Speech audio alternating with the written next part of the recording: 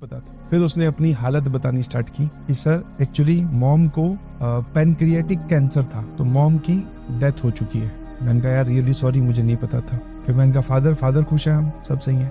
बोले सर पिताजी का एक्सीडेंट हो गया था, कुछ यहाँ पे चेस्ट में लगी, वो चेस्ट का जब इलाज करवाया, उसका ऑपरेशन वगैरह करवाया, तो किसी कारणवश यहाँ पे पस भरने लगी। पस भरने की वजह से पिताजी की भी हालत बहुत ज्यादा क्रिटिकल हो गई थी। मैंने कहा अब कैसे? बोले सर अब खतरे से बाहर है, बट अभी भी बहुत डॉक्टर ने रेस्ट ही बोल रखा है, चलना फिरना भी मना है।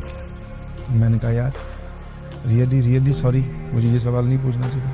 बट जब मैं ये बातें उससे कर रहा था तो चेहरे पे बिल्कुल शिकस्त नहीं थी। आराम से वो अपनी स्ट्रगल की कहानी बता रहा था कि उसने क्या झेला होगा। ऑल्दो वो बोल के तो नहीं बता सकता और हम लोग इमेजिन भी नहीं कर सकते, समझे कि नहीं समझे। तो मैं आपसे फिर मैंने कहा, फिर मैं बाकी सवाल पूछने लगा। मैंने कहा फिर पूरे साल तूने कैसे अपने आप को फोकस कैसे रखा यार? यहाँ तो घर में किसी की शादी आ जाती है, बाकी सब छोड़ो सर, किसी के हमारे चाचा के लड़के का अगर बर्थडे हो तो हम उस दिन पूरे दिन नहीं पढ़ते। तो तूने अपने आप को फोकस्ड कैसे रखा इतने सब नुकसान के बावजूद? और इतना घर पे क्रिटिकल सिचुएशन, आदमी जो है वो नॉर्मली सांस नहीं ले पाता ऐसी सिचुएशन में, और तूने पढ़ाई की है।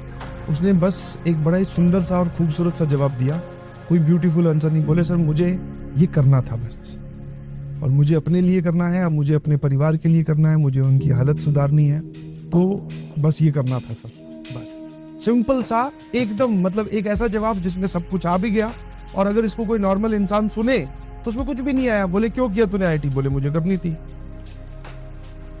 मैंने कहा यार सैल्यूट है तेरी डेडिकेशन को, तूने कुछ सोचा, तुझे बताया तो बहुत सारे बच्चों को जाता है, तूने उसको फॉलो किया। और पेशेंस किस लेवल पे होगा। और उससे बात करते करते वक्त मुझे ये भी लगा कि यार हम किन बच्चों को पढ़ा रहे हैं, किन बच्चों को मैं कितना प्रिविलेज्ड हूँ कि मैं ऐसे बच्चों को पढ़ा पाया हूँ, ऐसे बच्चों का मेंटर हूँ। ठीक है, नहीं आई उसकी ऑल इंडिया रैंक 1, कोई दिक्कत नहीं है।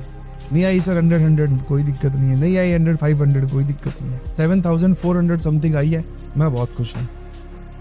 आज की बात में अगर 2 खेमे बटे, इन फ्यूचर कभी ऐसा हो कि आपको ऑल इंडिया रैंक 1 पढ़ानी है, या फिर एक बच्चा जो ऑल इंडिया रैंक 1 लेके आया वो आपके साथ फोटो खिंचवाना चाहता है, या फिर सर ये 7000 वाला जो इतनी स्ट्रगल करके आया, तो मैं भैया यही बोलूंगा 7000। ऐसा नहीं कि ऑल इंडिया रैंक 1 से कोई चिड़ है, ऐसा नहीं है, बट हाँ जो इसने किया है वो बोलते हैं सर एकदम बेसिक स्क्रैच। और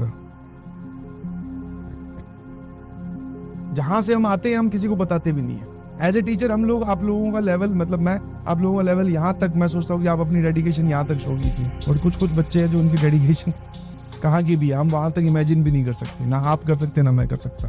तो मेरी आप सभी लोगों से रिक्वेस्ट है प्लीज, जो मुझे सुन रहे हैं, ऐसा नहीं है अब कुणाल ने करके दिखाया तो आप लोग भी कर सकते हैं। कोई इंटेलिजेंट वगैरह नहीं था सर, 79% या पता नहीं 78% है 12वीं के मार्क्स।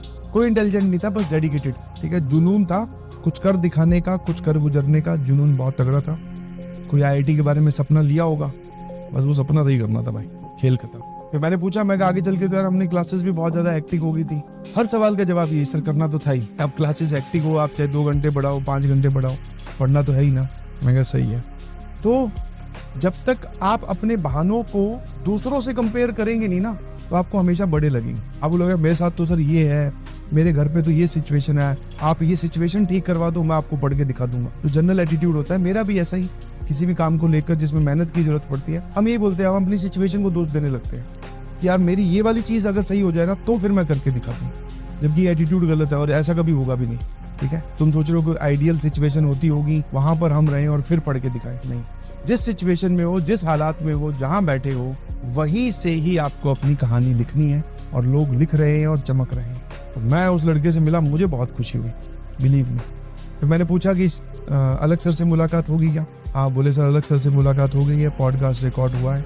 कोई रंग बिरंगी किताब नहीं की, ना कुछ और किया। जो मटेरियल उसके पास था, PW का मॉड्यूल, वो सॉल्व किया, JEE एडवांस में रैंक आ गई है ना। अब सर ये सब कहानियां सुनने में एट द मोमेंट बहुत अच्छी लगती है, मैं भी कर लूंगा। मैं बहुत अच्छी बात है, स्टार्ट ऐसा ही होना चाहिए जिसको हम पिकअप बोलते हैं। पिकअप ऐसा ही होना चाहिए, किसी की स्टोरी सुनकर आप उससे इंस्पायर हो जीपी वो ये।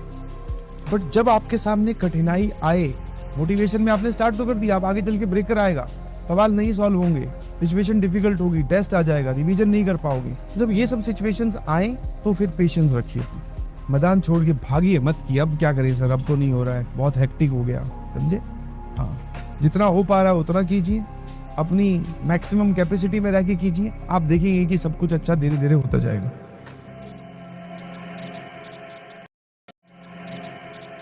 क्योंकि आप जैसे जैसे सिलेबस में जाते हो तो गिरता है वैसे मोटिवेशन। लेकिन बात ये है कि सिलेबस कंप्लीट होने पर ये वाला रेशियो अभी पता क्या है, थम्स अप वाले कितने हैं हमारे पास, थम्स अप वाले 47% जिनका गिर गया है। जैसे जैसे सिलेबस आगे फिजिक्स केमिस्ट्री मैथ्स में जाएगा ना, तो जिनका मोटिवेशन गिर रहा है ये बढ़ता चला जाएगा। आप आखिरी में देखना ये परसेंटेज यहां से होते होते यहां तक आ जाएगा, 70-80 तक आ जाएगा। बहुत ही कम बच्चे होते हैं जो आखिरी में मोटिवेटेड फील रख रहे होते हैं अपने आप। और इसके लिए आप